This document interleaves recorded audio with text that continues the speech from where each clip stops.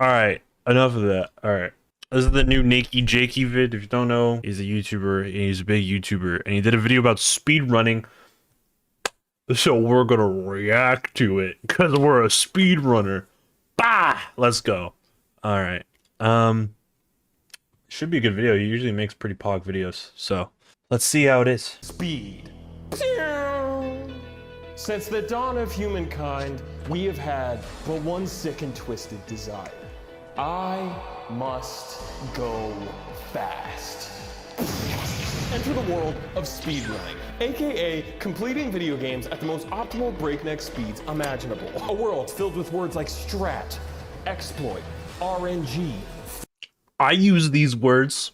Wow. Frame perfect, and a little thing I like to call wearing pajamas outside of your home. Cutscenes skipped. Walking normally, as if peanut butter chip, chunky as. Awkward silences.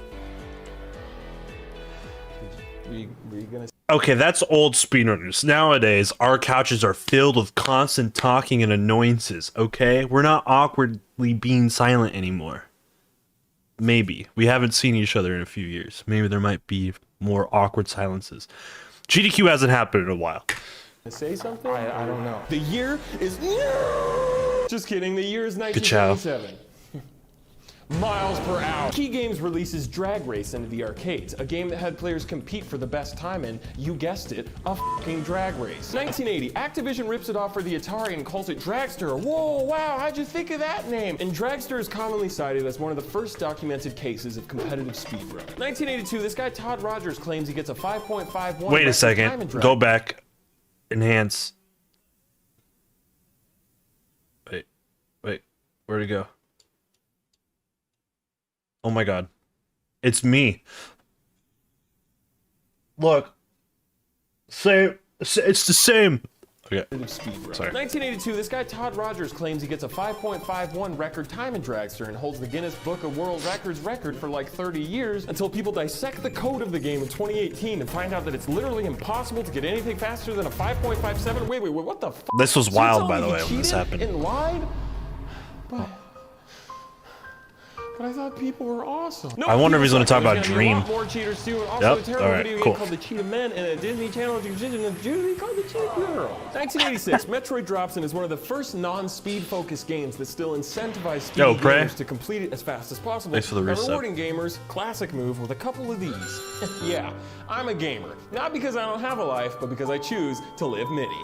1993, Doom drops, and Doom is the reason speedrunning exists as we know it. Doom changed everything. Because not only does Doom have guns and ghouls and goblins and little gerbils with machine guns and an in-game timer, but Doom also has a built-in replay function where you could save demo files of your gameplay called lumps, aka .lmps, to watch later in-game. Basically think like Halo 3 theater mode, but like 14 years before that, which is completely crazy. Fraud. And speedrunners could share those little mountain lump files online as proof that they're not cheaters and that people are awesome. Yes! Yes, I fucking knew it! I knew they were awesome! Jesus Christ, dude. Doom is responsible for so many things. First-person shooters, deathmatch multiplayer, speedrunning, A Fightful Goes West, An American Tale, Flushed Away, Ratatouille. 1994, Super Metroid drops, and this game is practically on its hands and knees begging you, please! Please, somebody speedrun me for the love of God!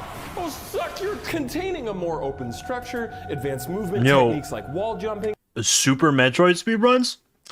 They're sick. What's it, Puna? An in-game timer, some more of these, because I'm a gamer. Not because I don't have a wife, but because I've never smelled one. 1996, Doom gives birth to a massive chunky baby named Quake, and the speedrunning community that began with Doom just continues to blossom and grow with her grotesque, massive 3D polygonal son. 1997, Nolan Radix creates Nightmare Speed Demos, a site dedicated to speed demos of Quake, but only on the Nightmare difficulty, hence the name Nightmare Speed Demos. In case that was difficult to understand, here's a graph I made. Later in 1997, Nolan Radix and fellow speedrunners put together Quake Done Quick, a compilation of the fastest records for each level in Quake played on the Nightmare difficulty, but stitched together as if a person was playing through the whole game in one freebasing NOS. Quake Done Quick gets shared around different corners of the internet and even some PC gaming magazines, and is a lot of gamers' first exposure to the ever-growing world of not wearing a lot of deodorant. But some other gamers in the Quake community, also known as Quakers, didn't didn't want to run on Nightmare mode and instead wanted to run on easy mode and just focused on going as fast as possible. So these Quakers made their own websites. 1998, Radix merges his freaky Nightmare site with a growing easy mode site, and bada boom, bada bing, Dobby and Gollum have entered the ring. Speed Demo's archive is born, which quickly becomes the sole hub for watching gamers go absolutely crazy on Quake. Essentially, much like Doom, Quake is really important and is super responsible for not only the growth of online speedrunning communities, but also 3D FPS games like Half-Life, online multiplayer in esports, community mods, Stuart Little, Rat Race. 2003, anonymous speedrunner under the nickname Morimoto uploads an impeccably perfect and speedy playthrough of Super Mario Bros. 3 to the internet. Oh shit, it begins. This is f***ing crazy, I'm peeing my pants. And while this video would introduce a lot of people to the concept of speedrunning, surprise bitch, think again, because you just got tasked. TAS, or tool-assisted speedrun, basically means that you play through the game using an emulator, and by using save states and other wizardry, you make it appear as if you are the Michael Jordan of Mario, when in reality, you're not even really the... Alright guys, from now on, call me the Michael Jordan of Breath of the Wild. Michael Wazicki, which is cool for seeing what's potentially possible in a game for actual speedrunners, but also adds a lot of fuel to the ongoing war between loser, cheater, bags of dog shit and people who are actually awesome and do NOS on top of cars. Also in 2003, Radix uploads his own personal speedrun of Metroid Prime to Speed Demo's archive. That's Mikey! A lot of traffic. Yo, Mikey? He says, you know what, screw it, and opens up Speed Demo's archive to speedruns of all sorts of games, not just Doom or Quake, like Ocarina of Time and GoldenEye 007 and Mario Kart 64 and Super Mario 64 and My Dad's a Dentist 64. I've wanted that game to come out for 100 years. And there's even different categories of speedruns, like any percent runs, which basically means just getting to the end credits as quickly as possible by any means necessary, even if it means using glitches and exploits to just teleport to the end of the game. I'm balding, and what happened? Well, Prak, the simple question to the simple answer to your simple question is I shaved my head. Under like 20 minutes, or 100% runs, Bald which means done. completing everything in the game to 100% completion, which I'm sure you pieced together when I said. Wait, that's glitchy. In case that wasn't clear. Yo, that's glitchy. Whoa! Here's a graph, here's another graph. You know, 4 hours might not be the first thing that comes to mind when I say the word speedrun. Are they gonna talk about Breath of the Wild? Ocarina of Time usually takes you like Come on, NakeyJakey. 4 hours feels like you're I'm about to do a 20-hour run here. Okay, so the year is 2007. Everyone's trying to get a Wii. Everyone's confused by the iPhone. Barack, he's given the Oval Office the stinky eye. And meanwhile on the internet, live streaming is slowly starting to rear its streamy head with sites like Ustream and Justin TV, which would later give us Twitch TV in 2011. I don't know, maybe you've heard of it. And speedrunners are definitely taking notice. 2010, a group of speedrunners from the website speeddemoarchives.com, remember that website from earlier? Well, they decided to take a hint from the speed gamers and hold a speedrunning charity marathon event of their own, and they called it Classic Games Done Quick, a reference to that Quake compilation video. Bro, I miss it. I miss GDQ, man. Just ain't the same no more. From earlier, Quake Done Quick. Oh my god, it's like everything is connected and everyone's gonna fall in love at the end. Starting in 2011, Awesome Games Done Quick, or AGDQ, and its companion summer event, Summer Games Done Quick, or S. I might have only been once, but it was like the best time I've ever had in my life. So of course I want to go again. Thank you very much. GDQ have been held every year since, and if you've heard of speedrunning before clicking on this obnoxious and terrible video, GDQ is probably a big reason for that. Streamed live on Twitch for a week straight, GDQ is non-stop 24/7 speedrunning madness. And Hell if you want yeah. to see gamers go absolutely sacrilegious on some freaky demented shit, look no further. Want to see your favorite game that took you like 7 centuries to beat get farted on by a pro gamer in like 30 minutes while simultaneously explaining to you how and why? Like, okay, so basically right here, I'm going to use the item swap glitch I talked about earlier to frame perfect teleport Cranky Kong into the final dance scene. Okay, Cranky Kong is in the final dance scenario. He pulled out the shovel.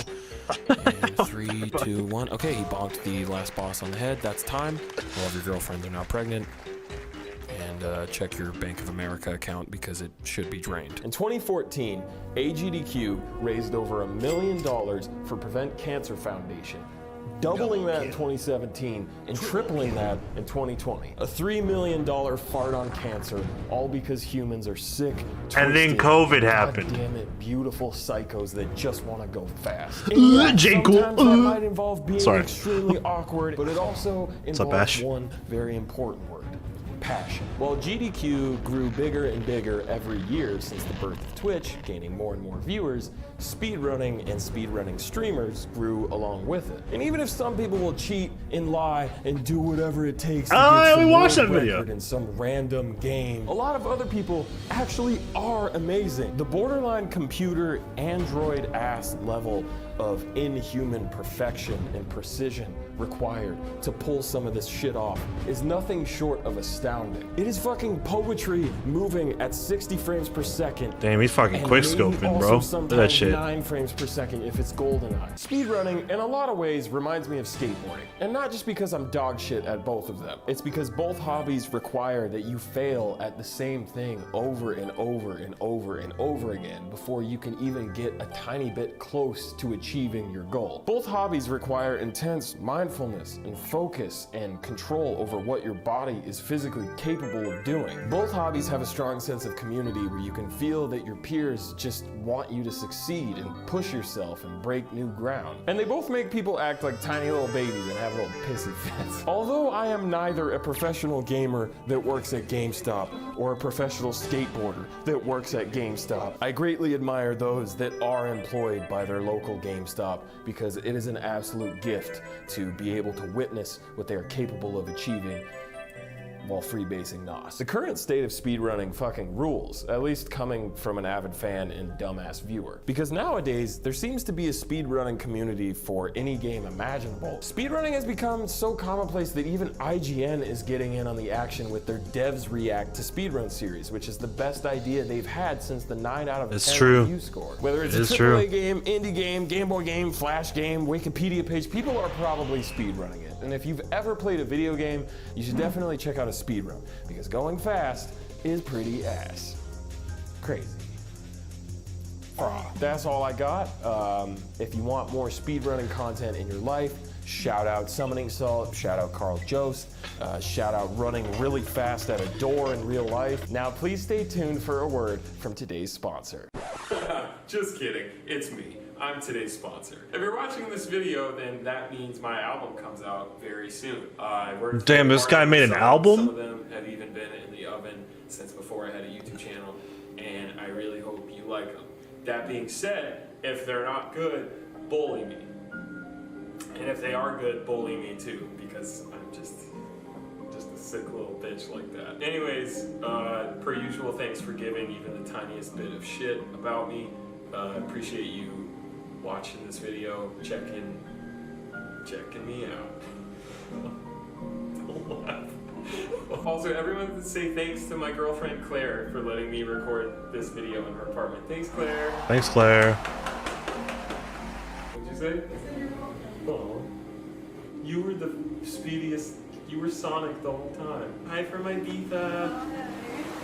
The sun is really nice. Yeah, that's another thing. The fucking new Carl Jobst video. Carl went full doomer mode on everybody. Who?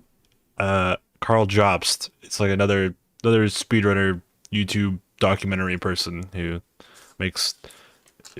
basically makes videos about things that have happened in the speedrunning community. He made a video basically DLDR saying that if you take help from chat, it shouldn't be allowed. Because as someone who takes help from my chat quite often. Yeah, that was the new NakeyJakey video, just labeled speedrunning. If you want to watch it, here's a link. I'll give you guys the link. And now now that the React Andy segment of the video of the stream is over for the time being, I'm gonna move on to